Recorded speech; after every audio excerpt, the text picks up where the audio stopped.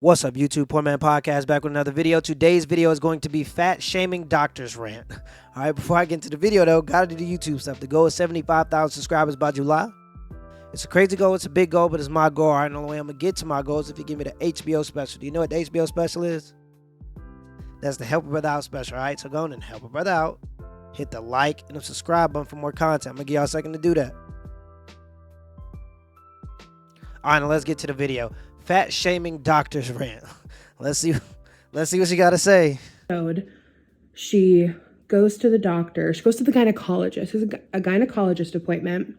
And apparently again, spoiler alert, her normal gynecologist got called into a surgery, a birth or something.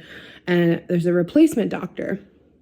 And if you're also fat, you know there is a lot of anxiety around seeing new doctors, even your normal doctors, any sort of medical stuff, because there's so much to be worried about. Like, people can judge you before they even know about your health. Like, you don't know if you're going to get fat shamed with a new doctor.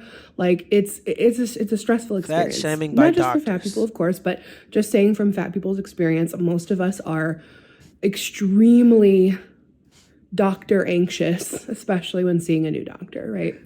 Because you just don't know how they're going to feel about your weight or if they're going to shame you, whatever. So the new gynecologist comes in, does her pap smear, all that. And at the end, she also goes, I'm sure Dr. So-and-so has talked to you about this, but you should definitely consider gastric bypass. You're at the perfect age for it, and hands her a brochure. And she's just like, oh, like, but we didn't do blood work or anything. Like, why are you telling me I should do this for my health? And she's like, I don't need to do blood work to know that if you lost weight, you would live a healthier life. Well, you're 500 she takes pounds. the pamphlet. She's like, I am not interested in this weight loss surgery. But you're 500 pounds. And it's just like, you don't have an option. It was super unsolicited, right?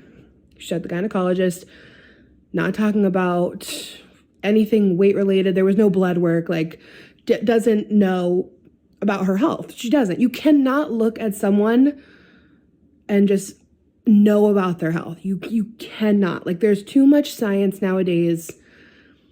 Of course, there are limits, boundaries, whatever, but even that aside, you cannot judge someone's health without looking at their blood work, their blood pressure, like cholesterol, everything. Like, there's so much more than just looking at someone.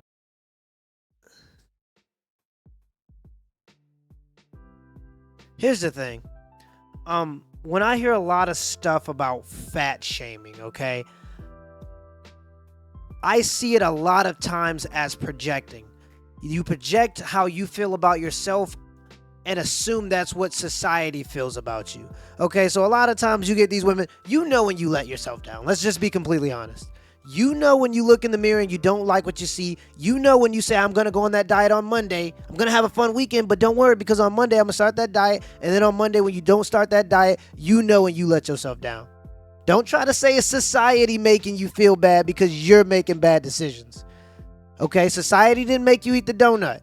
When you said you was going to go in the diet and you ate the donut, society didn't tell you to do that. That was yourself. And society didn't make you feel bad for doing that. That was yourself. Anytime you feel bad, it doesn't mean society is making you feel bad. You have something called the conscience.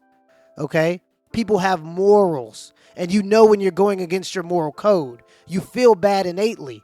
And that's to prevent you from doing that again. Okay? There's nothing wrong with that feeling. All right, that feeling is what makes people better. And the idea that you can blame society when, truth be told, society is the only reason you're even alive.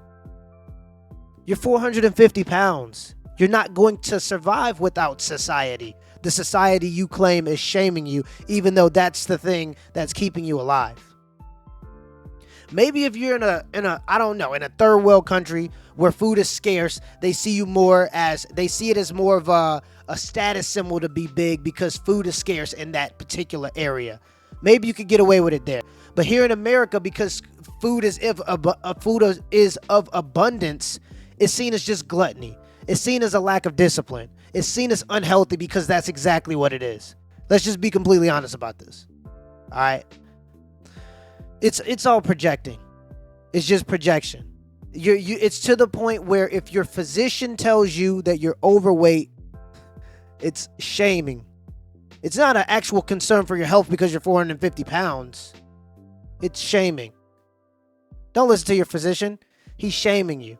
It's gotten to that point. All right. And people say that shaming is what's dangerous. I would say not shaming is a little more dangerous at this point. Let's continue the video. And assessing their body size and being like, you're not healthy. Like, there's so much more to it.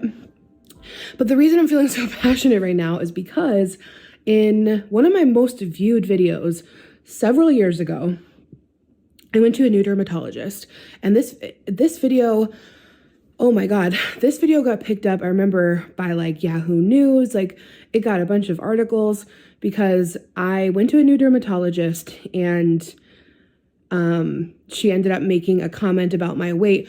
And it's like, and I know even this video is going to get like so much negativity from people that are stuck in an old mindset. Probably people that think BMI is still a thing. But like, I had gone to the dermatologist. I'll link the video below if you want to watch it and laughable. Like, hear the full thing. But essentially, I went to a dermatologist about my acne. And she put me on Accutane. Not once the whole time did she ask, what's your diet like?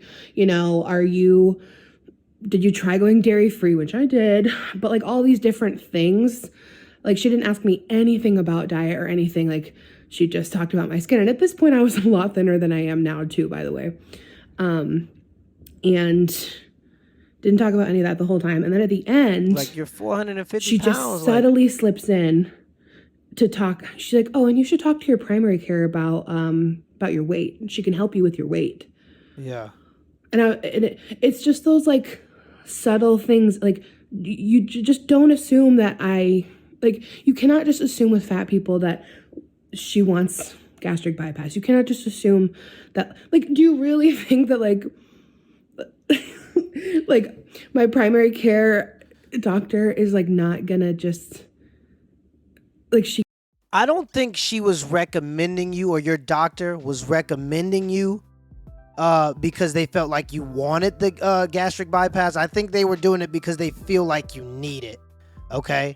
And the thing about this thought is these are the same people that will then go back. They'll say, don't fat shame, okay? Don't create this thing that we feel like oppresses us. But then they'll go back and create ideas and movements and hashtags like men are trash. Do you see how it can be a little contradicting? All right?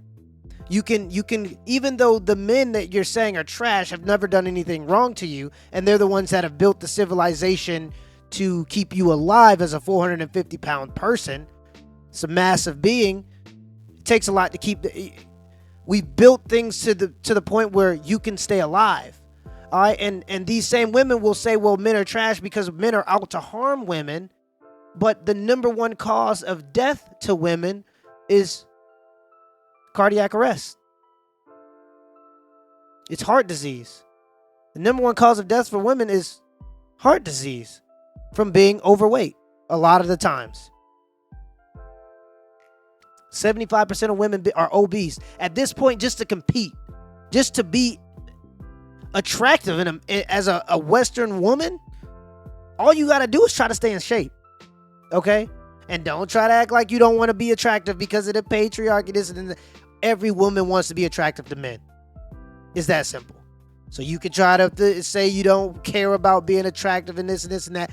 But at the end of the day, and this is going to be the end of the video, these are my final thoughts. At the end of the day, you're going to be the one that has to deal with the heart disease.